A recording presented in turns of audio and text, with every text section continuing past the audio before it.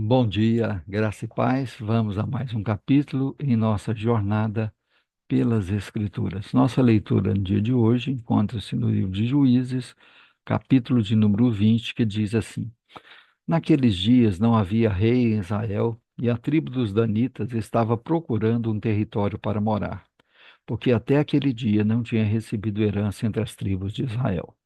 Então os filhos de Dan enviaram 5 homens dentre todas as famílias da sua tribo, homens valentes de Zorá e de Estaol, para espiar e explorar a terra.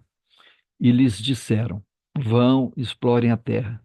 Chegaram à região montanhosa de Efraim até a casa de Mica e ali pernoitaram. Quando se aproximaram da casa de Mica, reconheceram a voz do jovem levita. Chegaram perto dele e lhe perguntaram: Quem trouxe você para cá? O que você está fazendo aqui? E o que prende você a este lugar? Ele respondeu: Assim e assim Mica fez comigo. Ele me contratou e eu me tornei o sacerdote dele. E eles lhe disseram: Então, por favor, consulte a Deus para que saibamos se o caminho que seguimos irá prosperar. O sacerdote respondeu: Vão em paz. O caminho de vocês está sobre as vistas do Senhor. Os 5 homens partiram e chegaram a Laís. Viram que o povo daquele lugar vivia em segurança, segundo o costume dos sidônios, em paz e sem desconfiar de nada. Nenhuma autoridade havia que por qualquer coisa os oprimisse. Moravam longe dos sidônios e não tinham contato com os outros povos. Então os 5 homens voltaram a seus irmãos em Zorá e Estaol, e esses irmãos lhe perguntaram: E então, o que nos dizem? Eles responderam: Preparem-se e vamos atacá-los, porque examinamos a terra e eis que é muito boa. Vão ficar aí parados? Vão depressa e ocupem aquela terra. Quando chegarem lá, vão encontrar um povo que não desconfia de nada. A terra é ampla e Deus a está entregando nas mãos de vocês. É um lugar em que não falta nada do que existe na terra. Então partiram dali, do meio da tribo dos Danitas, de Zorá e de Estaol, 600 homens armados com suas armas de guerra. Subiram e acamparam em Kiriat-Jearim, em Judá. Por isso aquele lugar é chamado Maané-Dan, até o dia de hoje. Fica a oeste de Kiriat-Jearim. Dali foram para a região montanhosa de Efraim e chegaram à casa de Mica. Os 5 homens que foram espiar a terra de Laís disseram aos seus irmãos: Vocês sabiam que numa daquelas casas há uma estola sacerdotal, alguns ídolos do lar, uma imagem de escultura e uma de fundição? Decidam, pois, o que vão fazer. Então foram para lá, chegaram à casa do jovem levita, que era a casa de Mica, e o saudaram. Os 600 homens da tribo de Dan, armados com suas armas de guerra, ficaram à entrada do portão. Porém, os 5 homens que tinham ido espiar a terra entraram na casa e apanharam a imagem de escultura, a estola sacerdotal, os ídolos do lar e a imagem de fundição. Enquanto o sacerdote estava em pé à entrada do portão com 600 homens que estavam armados com as armas de guerra, quando eles entraram na casa de Mica e apanharam a imagem de escultura, a estola sacerdotal, os ídolos do lar e a imagem de fundição, o sacerdote perguntou: O que é que vocês estão fazendo? Eles responderam: Fique calado, não diga nada a ninguém. Venha conosco e seja o nosso conselheiro e sacerdote. Ou você acha que é melhor ser sacerdote na casa de um só homem do que ser sacerdote de uma tribo e uma família em Israel? O sacerdote ficou contente, pegou a estola sacerdotal, os ídolos do lar e a imagem de escultura e entrou no meio do povo. Eles deram meia volta e partiram, não sem antes colocar diante de si as crianças, o gado e os seus bens. Quando eles já estavam longe da casa de Mica, os vizinhos destes se reuniram e foram atrás dos filhos de Dan. Eles gritaram para os filhos de Dan que, voltando-se, perguntaram a Mica: O que é que você quer? Por que você convocou todo esse povo? Mica respondeu: Vocês pegaram os deuses que eu fiz e também o meu sacerdote e foram embora. O que sobrou para mim? E vocês ainda me perguntam o que é que você os quer? Porém, os filhos de Dan lhe disseram: Seria melhor você ficar calado, porque senão alguns dos nossos homens poderiam ficar irritados e acabariam atacando você. Nesse caso, perderiam a vida você e os da sua casa.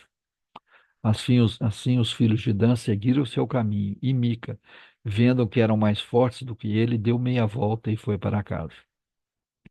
Os homens de Dan levaram as coisas que Mica havia feito e também o sacerdote dele e foram a Laís, a um povo que vivia em paz e sem desconfiar de nada. Mataram os moradores a fio da espada e queimaram a cidade. Não houve ninguém que os livrasse, porque moravam longe de Sidom e não tinham contato com outros povos. A cidade ficava no vale junto a Bet-Reob, e os filhos de Dan reedificaram a cidade e passaram a morar nela. Eles chamaram Dan, segundo o nome de Dan, seu pai, que era filho de Israel.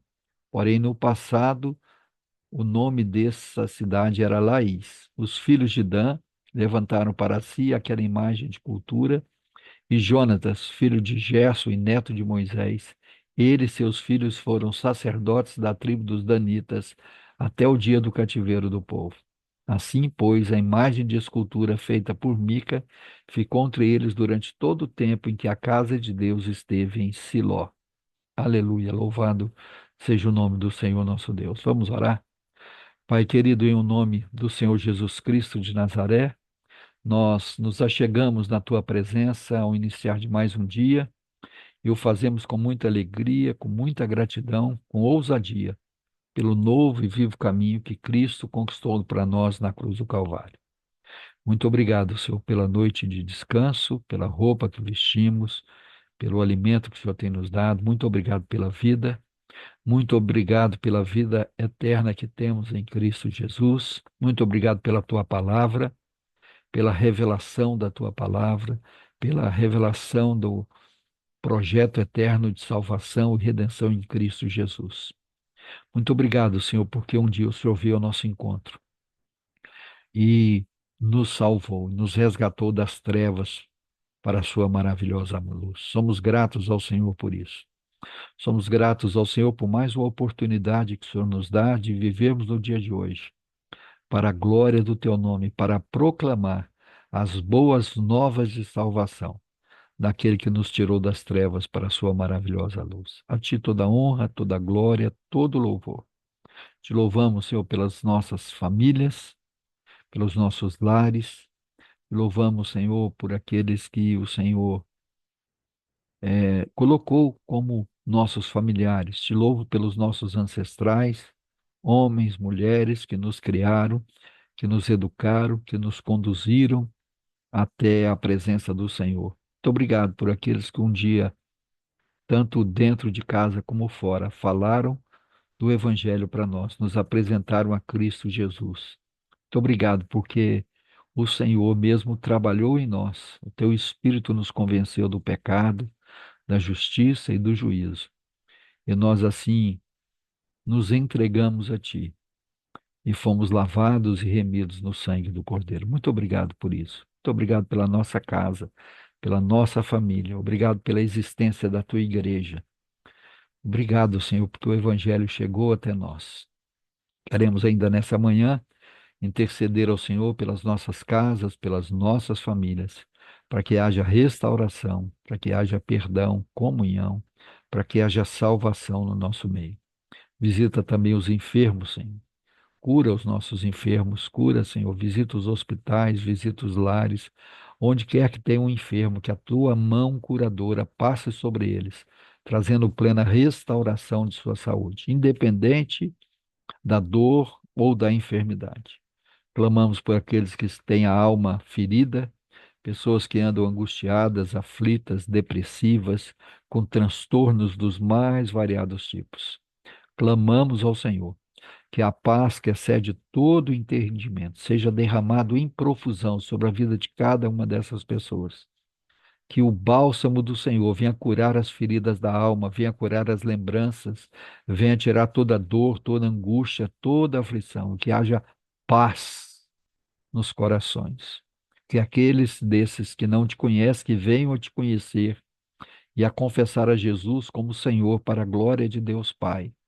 E aqueles que já te conhecem, que sejam renovados, revigorados, restaurados para a glória do teu nome.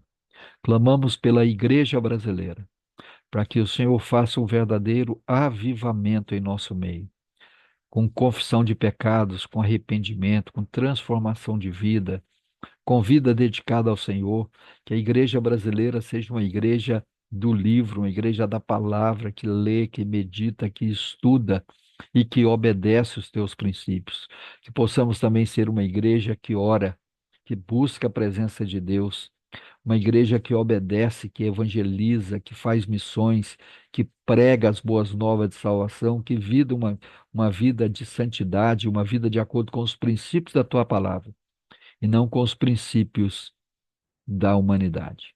Clamamos ao Senhor que continue a trabalhar em nós e que o Senhor continue, Senhor, a moldar cada um de nós para a glória do teu nome.